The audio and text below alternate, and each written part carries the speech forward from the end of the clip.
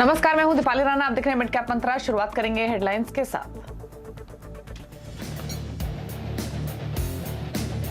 बाजार में आज बेहद सीमित दायरे में कारोबार। निफ्टी 100 और निफ्टी बैंक में 250 अंकों का दायरा। मिड कैप इंडेक्स में हल्की तेजी, लेकिन आज बाजार में रिलायंस दिखा रहा है दम। 3 हफ्ते की ऊंचाई पर आया।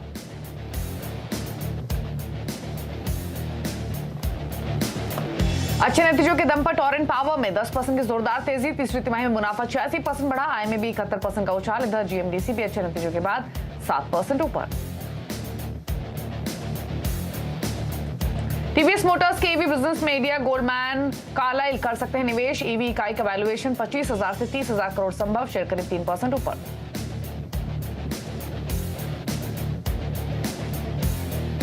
और स्टेट बैंक में एफडी पर अब मिलेगा ज्यादा ब्याज। बैंक ने जमा दरों में 0.25% तक बढ़ोतरी की। बल्क डिपॉजिट पर दरें 0.75% तक बढ़ाई। बैंक का कर्ज भी हुआ महंगा।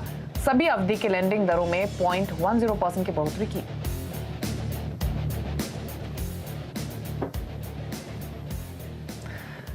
आप देख रहे हैं मिड कैप मंत्रा और बाजार वॉलेटाइल लेकिन दायरे में कारोबार करते हुए। हालांकि दिन के ऊपरी स्तरों के आसपास आकर फिलहाल निफ्टी कारोबार कर रहा है और पिछले 3 से 4 घंटे के दौरान अगर आप देखेंगे तो जो रेंज है मार्केट ने वो काफी टाइट बना ली है।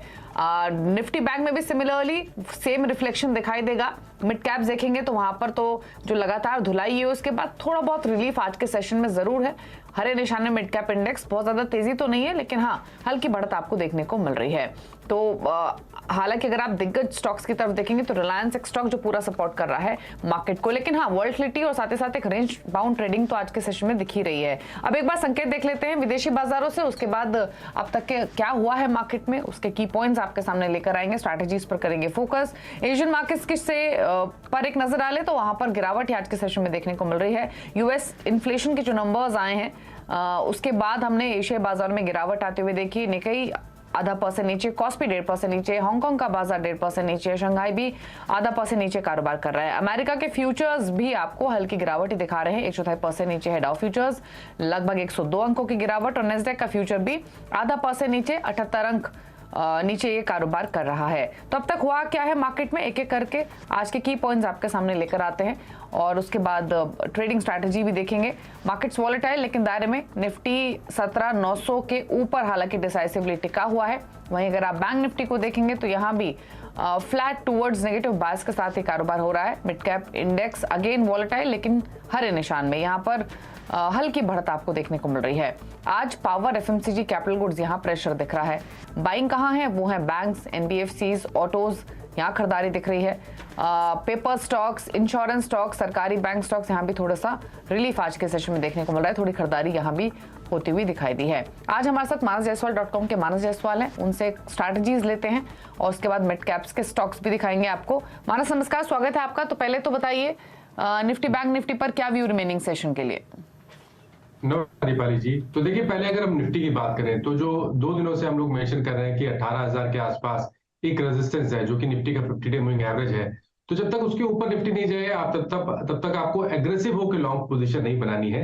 हालांकि क्योंकि 50 डे मूविंग एवरेज और 20 डे मूविंग एवरेज के ऊपर निफ्टी ट्रेड कर रहा है तो आप भी लॉन्ग पोजीशन में बने रह सकते हैं। अगर आपने लॉन्ग पोजीशन बनाई है तो आप बने रहिए 17,800 के स्टॉप लॉस के साथ। लेकिन अब फ्रेश खरीदारी तो केवल 18,000 के ऊपर ही करेंगे। और वैसे ही बैंक निफ्टी में भी देखिए, बैंक निफ्टी में बहुत ही दायरेमंद ट्रेड देखने को मिला है और मेरा समझना है कि अब आपको खरीदारी बैंक निफ्टी में तभी करनी है जब 41,750 के ऊपर बैंक निफ्टी जाए। उससे पहले आप अपनी पोजीशन, अगर लॉन्ग पोजीशन है तो आप बने रहिए 41,200 के स्टॉप लॉस के साथ, लेकिन फ्रेश खरीदारी 41,750 के ऊपर ही करेंगे। ओके, चलिए ये तो इंडेक्स पर राय हुई, लेकिन अब बात कर लेते हैं स्टॉक्स की। मानस, आपके पिक्स? देखिए सबसे पहले तो अपोलो हॉस्पिटल्स में खरीदारी करने की राय रहेगी क्योंकि यहाँ पर एक इम्पॉर्टेंट रेजिस्टेंस जो कि 4440 था उसको स्टॉक ने ब्रीच किया है। जितने इम्पॉर्टेंट मूविंग एवरेजेस हैं उनके ऊपर अपोलो हॉस्पिटल्स निकला है, इसलिए 4400 के स्टॉप लॉस से 4400 के स्टॉप लॉस से यहाँ पर खरीदारी करेंगे। नेक्स्ट टारगेट 4680 का रहेगा और जो नेक्स्ट पिक है वो टेक महिंद्रा का रहेगा। यहाँ पर भी हमने एक प्राइस ब्रेकआउट देखा है, कंसोलिडेशन देखने को मिल रहा था, लेकिन आज स्टॉक ने एक प्राइस ब्रेकआउट दिया है, 50 डे मूविंग एवरेज के ऊपर निकला है। तो आई थिंक यहाँ पर रिकवरी अभी और देखने को मिलेगी, इसलिए 1020 के स्टॉप लॉस से यहाँ पर खरीदारी करेंगे 1075 के टारगेट के लिए। ओके, चलिए, तो ये है ट्रेडिंग स्ट्रैटेजीज। टेक महिंद्रा एक स्टॉक जहां पर खरीदारी कर सकते हैं, डेज हाई पर ऑलरेडी कारोबार कर रहा है 2.5% के गेंस के साथ, तो एक ट्रेड यहां ले सकते हैं 1037 के मौजूदा लेवल्स। लेकिन अब बात कर लेते हैं मिड कैप स्टॉक्स की। इंडेक्स तो आपने देखा बिल्कुल फ्लैट कारोबार कर रहा है, हरे निशान में ऑल द होल्ड करने की कोशिश करते हुए। पॉकेट्स देखेंगे तो सबसे पहले इंश्योरेंस स्टॉक्स दिखाते हैं जहां पर तेजी देखने को मिल रही है। GIC और न्यू इंडिया एश्योरेंस दोनों में ही शानदार मूव आज के सेशन में, 4% ऊपर न्यू इंडिया एश्योरेंस, GIC भी 7% से ज्यादा मजबूत है। NBFCs में भी बाइंग देखने को मिली है, थोड़ा रिलीफ कह सकते हैं। IB हाउसिंग 4% ऊपर, GIC हाउसिंग में 3.5% का मूव है, मैक्स फाइनेंशियल आधा 0.1% ऊपर है। ऑटो एंसिलरी पॉकेट देखेंगे आज तो TVS मोटर्स तो खबरों के दम पर चल ही रहा है, लेकिन उसके अलावा टॉलब्रोस ऑटो, JTKT इंडिया और बैंको प्रोडक्ट्स यहाँ भी 4% तक के अप मूव्स आज के सेशन में है। हेल्थ केयर में सेलेक्ट बाइंग है और न्यूलैंड लैब एक स्टॉक जो कंसिस्टेंट चल रहा है, कल भी यहाँ पर 10% से ज्यादा के गेंस थे, आज ही 5% ऊपर। अपोलो हॉस्पिटल 5.5% ऊपर है। फोर्टिस हेल्थ केयर में 2.5% का मूव, नोवार्टिस 2.5% ऊपर आज के सेशन में। पेपर्स में भी बाइंग है, paper stocks JK paper, Orient paper, Emami paper, Seshasayee paper, यहाँ 2% तक के अप मूव्स आज के सेशन में देखने को मिल रहे हैं। इस बीच आपको एक स्टॉक दिखाते हैं, वो है ABB का। प्रशांत सावंत ने सस्ता ऑप्शन में ये कॉल दी थी सुबह 9:45 बजे और 70 रुपए के आसपास ये कॉल उन्होंने रेकमेंड की थी और अब दोनों ही टारगेट्स इस कॉल के हासिल हो चुके हैं। तो 110, 125 ये दो टारगेट्स थे और ये दोनों ही टारगेट्स हासिल हुए हैं। 40 रुपए का एक स्टॉप लॉस आपको रेकमेंड किया गया था, तो ये एक हिट कॉल सस्ता ऑप्शन के तौर पे जो प्रशांत सावंत ने रेकमेंड की थी अपने टारगेट्स हासिल करते हुए। चलिए, इसके अलावा आगे बढ़ेंगे और अब बात कर लेते हैं अर्निंग्स की और बायोकॉन की बात करेंगे। जो नंबर्स आए हैं बायोकॉन के वो एक्सपेक्टेशंस के मुताबिक ही रहे हैं और तीसरी तिमाही में जो कंपनी की रेवेन्यूज हैं और जो मार्जिन्स हैं दोनों में ही एक्सपेक्टेशन से बेटर परफॉर्मेंस देखने को मिली है। हालांकि जो कंपनी का मुनाफा है उसमें एक ड्रॉप दिखा है, मुनाफे से घाटे में कंपनी आ गई है। दरअसल कंपनी ने एक एक्विजिशन किया था जिसका असर प्रॉफिटेबिलिटी पर दिखा है। इन्हीं नंबर्स पर बातचीत करने के लिए हमारे साथ कंपनी के CEO और MD सिद्धार्थ मित्तल मौजूद हैं। सिद्धार्थ जी नमस्कार, स्वागत है आपका। तो पहले तो की हाईलाइट्स जानना चाहेंगे इस क्वार्टर की। ईयर ऑन ईयर बेसिस पे अच्छी ग्रोथ दिख रही है, तो कैसा रहा ये ओवरऑल ये क्वार्टर? क्या फैक्टर्स रहे जिन्होंने अर्निंग्स को सपोर्ट किया? हाँ जी, इस क्वार्टर जैसे कि आपको पता है कि हमारा जो वियाट्रिस का बायोसिमिलर का एक्विजिशन 29 नवंबर 2022 को क्लोज हुआ था, तो हमने एक महीने का जो रेवेन्यू है, दिसंबर महीने का पूरा जो रेवेन्यू है जो अक्वायर्ड बिजनेस का, वो इन नंबर्स में मिला हुआ है। तो इसके कारण 55% की बढ़त हुई है रेवेन्यू में और अगले क्वार्टर जो फोर्थ क्वार्टर है उसमें अब हम पूरे 3 महीने का असर देखेंगे बायोसिमिलर बिजनेस का जो वियाट्रिस से हमने खरीदा है। और हमने गाइडेंस दिया है कि ये जो 1500 करोड़ का बिजनेस था थर्ड क्वार्टर में, वो 2000 करोड़ के का होना चाहिए फोर्थ क्वार्टर में, जस्ट फ्रॉम बायोसिमिलर बिजनेस। ठीक है, अच्छा, इसके अलावा अगर हम मार्जिन्स देखें तो मार्जिन्स आपके कॉन्ट्रैक्ट हुए हैं, अगर वाई बेसिस पे कंपेयर करें तो 60 बेसिस पॉइंट का ड्रॉप देखने को मिला है। लेकिन अगर हम सीक्वेंशियल बेसिस पे देखें तो मार्जिन्स में एक्सपेंशन है, वो भी 160 बेसिस पॉइंट का। तो ये सीक्वेंशियल ग्रोथ कैसे दिखी है मार्जिन्स में और मार्जिन्स किस ट्रैजेक्टरी में रहेंगे यहाँ से गोइंग फॉरवर्ड? मार्जिन जो आप कोर एबिटा मार्जिन देखेंगे, जो कि हमारा जो करंट प्रोडक्ट्स और सर्विसेज हम लोग ग्रुप लेवल पे जो बेचते हैं, उसका जो आज का क्या मार्जिन आ रहा है वो काफी स्ट्रांग है।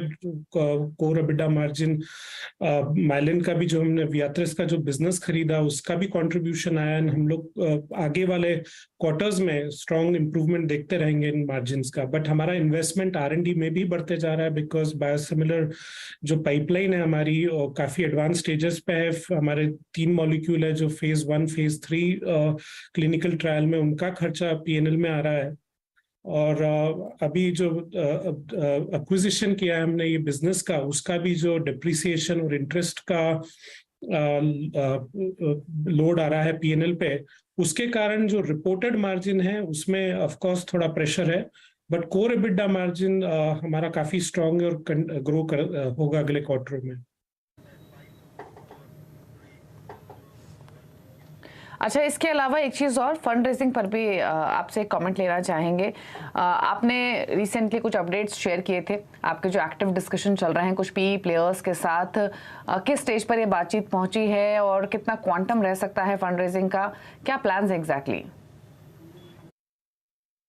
हाँ जी। सो हमने कल ये अनाउंस किया है कि हमने कोटक के साथ एक अग्रीमेंट किया है 1200 करोड़ रुपए रेज करने का, अप टू 1200 करोड़ रुपए। और जो बायोकॉन में 420 मिलियन का हमने एक डेट लिया था टू क्लोज द ट्रांजैक्शन, उसमें 270 मिलियन का कमर्शियल पेपर था जिसका रीपेमेंट ड्यू है अगले हफ्ते। तो हमने ये ट्रांजैक्शन क्लोज किया है कोटक के साथ, जिसका पैसा अभी आएगा इस हफ्ते एंड हम लोग वो कमर्शियल पेपर क्लोज आउट करेंगे। उसको छोड़ के हम लोग ने ये भी बोला है कि बायोकॉन बायोलॉजिक्स में डायरेक्टली हम लोग प्राइवेट इक्विटी के साथ डिस्कशन में है एडिशनल पैसा रेज करने का। अभी क्वांटम हमने पब्लिकली अनाउंस नहीं किया, मगर हम ये बोल रहे हैं कि हमको जो डेट एक्विजिशन डेट था 1.2 बिलियन का, उसको हमको सिग्निफिकेंटली रिड्यूस करना है over the next few months. हम लोग को लगता है कि अगले कुछ महीनों में हम लोग सक्सेसफुल रहेंगे इन ट्रांजैक्शंस को क्लोज करने में और डेट को कम करने में। अच्छा, इसके अलावा अगर हम बायोकॉन की बात करें तो काफी painful phase of late company ने फेस किया है। कई ब्रोकरेजेस भी हैं जो पॉइंट आउट कर रहे हैं कि यहाँ से जो रिस्क रिवॉर्ड है वो फेवरेबल टर्न हो गया है अब कंपनी के फेवर में। अगर इस बात को भी हम एक तरफा रखें तो आपसे जानना चाहेंगे कि आप कितने कॉन्फिडेंट हैं, क्या आउटलुक यहाँ से आप शेयर करेंगे बायोकॉन का? कॉन्फिडेंस तो बहुत आया। अगर आप हमारे सारे बिजनेसेस देखेंगे, सब बिजनेसेस अच्छा कर रहे हैं। हमारा जो बायोसिमिलर बिजनेस, ऑफ कोर्स ये ट्रांजैक्शन कंप्लीट होने के बाद, और हमने ऑलरेडी बोला है कि 2000 करोड़ पर क्वार्टर के रन रेट पे आ जाएगा, तो 8000 करोड़ का कंट्रीब्यूशन सिर्फ एग्जिस्टिंग बिजनेस से होगा। और अगले साल हमारे पास काफी माइलस्टोन्स है जहाँ पे अडेलिम्यूमैब, जो कि बहुत ही इंपॉर्टेंट लॉन्च है, वो जुलाई ऑफ 2023 में है। उसके बाद हमारा बेविस्टुजुमैब और आसपाट, 2 फाइल जो एफडीए के साथ रिव्यू में है बिकॉज ऑफ फैसिलिटी डिलेज, वो भी हम एक्सपेक्ट करते हैं कि अगले साल उसका अप्रूवल आ जाएगा, वो भी हमारा ग्रोथ ड्राइव करेंगे। और उसको छोड़ के हमारा जो एग्जिस्टिंग प्रोडक्ट्स है, ग्लार्जीन है, ट्रास्टुजुमैब है, पेक्फिल्ग्रास्टिम में, दोनों इमर्जिंग मार्केट और एडवांस मार्केट्स में ग्रो करेंगे। तो इसके साथ biosimilar will become a significant contributor next year के लिए, नेक्स्ट आने वाले सालों के लिए। सिंजीन और रिसर्च सर्विसेज बिजनेस भी हमारा अच्छा ग्रो कर रहा है। हमने काफी रिसेंट बड़े कॉन्ट्रैक्ट क्लोज होते हुए देखे हैं, जैसे जो बायोलॉजिक का कॉन्ट्रैक्ट मैन्युफैक्चरिंग डील जो जोएटिस के साथ साइन किया है, $500 million का है 10 साल के ऊपर, वो ग्रोथ में कंट्रीब्यूट करेगा। और जेनरिक्स बिजनेस में हमने इस बार अच्छा ग्रोथ देखा है। हमने गाइडेंस दिया है कि अगले कुछ सालों में हम लोग मिड टीन्स में इसमें ग्रोथ देखेंगे। This growth will come from new launches and जो एडिशनल एपीआई सेल्स हमने कैपेसिटीज जिसके लिए बढ़ाई है, हमारे कस्टमर्स उसका ऑफटेक करेंगे तो उससे ग्रोथ होगा। तो तीनों बिजनेसेस अच्छा ग्रो करेंगे। एंड ऑफ कोर्स मार्जिन का भी, जैसे मैंने बोला है कि मार्जिन एक्सपेंशन होगा, कोर मार्जिन। एंड ओवरऑल हम लोग काफी कॉन्फिडेंट है कि जो अभी कंसर्न्स है मार्केट में शेयर प्राइस के बारे में, ग्रोथ के बारे में, आने वाले सालों में, क्वार्टर्स में हम लोग उनको एड्रेस कर पाएंगे। एंड हमारे शेयर होल्डर्स को कॉन्फिडेंस देंगे कि लॉन्ग टर्म हमारा जो फंडामेंटल्स है, जो लॉन्ग टर्म बिजनेस डिफरेंशिएशन है, उसके कारण हमारे में वैल्यू रहेगी। ओके अच्छा, एक चीज और, यूएस एफडीए के जो इश्यूज थे उस पर भी एक कमेंट आपका चाहिए। एक तरफ तो वैथरेस का जो तगड़ा एक्विजिशन हुआ, सबको लगता था कि काफी स्ट्रेस्ड है, अब धीरे धीरे सबने डाइजेस्ट भी कर लिया है। बट अगर दूसरा इशू है ड्रग अप्रूवल्स का, उसमें डिलेज भी हैं और आपके फैसिलिटीज पर यूएस एफडीए के ऑब्जर्वेशंस भी हैं, इस फ्रंट पर क्या अपडेट है? हमने एफडीए को कापा प्लान दिया है। मलेशिया के लिए एफडीए ने हमारा कापा प्लान एक्सेप्ट कर लिया है। अब हम लोग जो भी काम हमें करना है हम उस पर मेहनत कर रहे हैं। एंड आने वाले कुछ महीनों में हम एफडीए को अपना अपडेट देंगे। उसके बाद एक्सपेक्टेशन ये कि वो लोग आके इंस्पेक्ट करके हमको अप्रूवल देंगे। अब इंडिया के लिए भी, इंडिया फैसिलिटी के लिए भी, जो बेविस्टुजुमैब इंडिया से फाइल किया था उसके लिए भी हमने कापा प्लान दिया है। एफडीए उसको रिव्यू कर रहा है। हमें लगता है कि अगले आने वाले फिस्कल में एफडीए को हम लोग उनकी जो भी रिक्वायरमेंट्स है उसको सेटिस्फाई कर पाएंगे। हम लोग को कोई फंडामेंटल इशू नहीं लगता है जहाँ पर डिले एक्सपेक्टेड हो। तो काफी कॉन्फिडेंट है कि हम लोग अगले साल दोनों एज पार्ट ऑफ बेविसिजुमैब के जो फैसिलिटी रिलेटेड कंसर्न्स उनको एड्रेस कर पाएंगे। ओके, चलिए शुक्रिया आपका सिद्धार्थ जी आने के लिए सीएनबीसी आवाज पर और अपने आउटलुक देने के लिए अर्निंग्स पर। गुड लक आपको आने वाले क्वार्टर्स के लिए। रुक रहे इसी के साथ एक ब्रेक के लिए। ब्रेक के उस पर कुछ और स्टॉक्स पर चर्चा, साथ ही खिलाड़ी नंबर 1 का अपडेट। जल्द वापस आते हैं।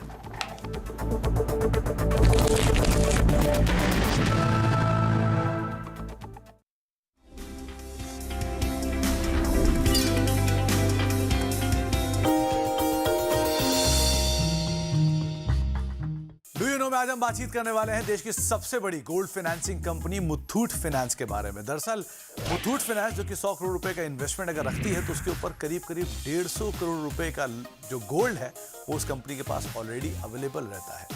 करीब 5330 ऐसे स्ट्रॉन्ग रूम्स हैं जिनके अंदर मुथूट फाइनेंस अपने गोल्ड को प्रिजर्व करता है और कंपनी के पास करीब 178 टन गोल्ड रखा हुआ है जो कि लोगों ने उन्हें बतौर कोलैटरल दिया हुआ है। कुछ इंटरेस्टिंग फैक्ट में ये भी इंटरेस्टिंग फैक्ट है कि इस देश का जो कि 770 टन के आसपास का टोटल गोल्ड रिजर्व है इंडिया का, उसका 20% हिस्सा अकेला मुथूट के पास ही आप मानकर चल सकते हैं। और कई ऐसे बड़े देशों के सामने जैसे कि Singapore, Brazil, south Africa, Egypt, Mexico, इनके टोटल गोल्ड रिजर्व से ज्यादा गोल्ड अकेला मुथूट के पास है। जहां पे इन सबका गोल्ड रिजर्व मिला के आप मान लीजिए 120 से लेके 160 टन के बीच में है, लेकिन मुथूट का अकेला जो गोल्ड रिजर्व है वो रफली 178-180 टन के आसपास का है। तो इस तरह का स्टेचर, कुछ इंटरेस्टिंग फैक्ट आपके सामने मुथूट के रखे गए हैं। आगे भी कुछ और फैक्ट लेकर आते हैं। डू यू नो में आज हम बातचीत करने वाले हैं हर घर में फैला एक अहम ब्रांड, वो है किसान जैम का। दरअसल ये जो किसान नाम है इसके पीछे एक बहुत ही इंटरेस्टिंग स्टोरी है। ब्रिटिश एरा में जब ट्रेन्स खेतों से, पंजाब के खेतों से पास होती थी तो उस समय पर एक हाट था जहां पर किसान जो थे वो अपना प्रोडक्ट बेचते थे। तो उस हाट के नाम पर इस जगह का नाम पड़ा, इस प्रोडक्ट का नाम पड़ा और तब से किसान के नाम से ही इसे फेमस किया जाता है। एक इंटरेस्टिंग फैक्ट ये भी है कि एक ज़माने में जो लेट विट्ठल माल्या साहब हैं, जो कि विजय माल्या के फादर थे, वो इस कंपनी को ओन करते थे और उनके रीन में एक बहुत सारे कंपनीज आती थी। उसमें से एक कंपनी जो थी वो किसान भी थी, जो कि उन्होंने मिचेल ब्रदर्स से खरीदा था। बाद में 1993 में किसान को ब्रुक बॉन्ड ने एक्वायर किया, जो कि हिंदुस्तान यूनिलीवर का पार्ट है, और तब से लेके आज तक हम सब जानते हैं किस तरह से ग्रोथ स्टोरीज कंपनी ने मेंटेन की है। तो ये कई सारे प्रोडक्ट अपने एक पोर्टफोलियो, अपने किसान ब्रांड के अंदर बेचता है, लेकिन इसके पीछे कई सारे इंटरेस्टिंग फैक्ट्स भी थे। कुछ और फैक्ट लेकर भी आपके लिए आगे हम आते रहेंगे। डू यू नो में आज हम बातचीत करेंगे एक इंटरेस्टिंग बस सर्विस की। दरअसल 1960 में एक बस सर्विस चलती थी जो कि कोलकाता से लेकर लंदन के बीच में चलती थी। ये अब तक की सबसे लंबी बस सर्विस थी। और कुछ इंटरेस्टिंग फैक्ट्स की अगर बात की जाए तो इस bus service, double decker bus service होती थी जिसका नाम था एल्बर्ट, और एल्बर्ट टूर्स के नाम से ये बस सर्विसेज दी जाती थी। उस समय पर इसकी जो कीमत होती है करीब 145 पाउंड के आसपास होती थी, जो बहुत बड़ी कीमत उस समय पर आंकी जाती थी। अपने इस पूरे टूर में ये कोलकाता से लेकर अगर लंदन तक के टूर की बात की जाए तो सर्विस के बीच में करीब London, Belgium, Germany, Austria, Bulgaria, Turkey, साथ साथ ईरान, अफगानिस्तान, पाकिस्तान, इंडिया, ये रूट्स जो हैं ये कवर करती थी। और उस समय पर 1960 में इसके अंदर कई सारी बड़ी लग्जरी सर्विसेज थी, जैसे कि bunks, fan heaters, floors, radio, ये सब कुछ सर्विसेज भी होती थी। तो कुछ इंटरेस्टिंग फैक्ट इस बस सर्विस से रिलेटेड, आगे कुछ और फैक्ट्स लेकर आते रहेंगे।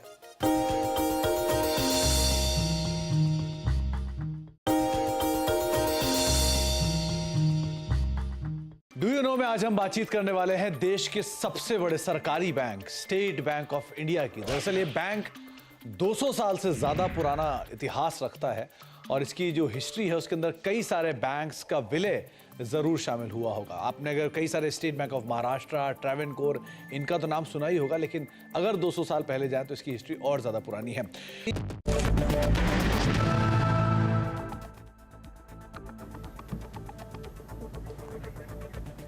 आप देख रहे हैं मिड कैप मंत्रा और बाजार अभी भी एक छोटे दायरे में कारोबार करते हुए थोड़ी बहुत बाइंग मिड कैप्स में आज के सेशन में। लेकिन अब क्लैड नंबर 1 का अपडेट ले आते हैं और अमोल अठावले और राहुल घोष साथ ही राजन शाह के बीच मुकाबला चल रहा है। रिटर्न की स्थिति दिखा देते हैं। तीनों ही खिलाड़ियों की ओर से टफ वीक, शुरुआत भी टफ ही हुई और नेगेटिव रिटर्न्स आ रहे हैं। अमोल अठावले का पोर्टफोलियो -2.25% के रिटर्न दे रहा है, राहुल घोष का पोर्टफोलियो -2.65 और राजन शाह का पोर्टफोलियो -0.73% के रिटर्न लेंड कर रहा है। तो ये है अब तक के रिटर्न की स्थिति। मिड कैप मंत्रा में इसी के साथ एक ब्रेक का भी वक्त हो गया है। ब्रेक के उस पर आप देख सकते हैं नो योर कंपनी, और नो योर कंपनी में आज हम बातचीत करेंगे जेपी मोटो के वीसी और एमडी निशांत आर्या से। नमस्कार।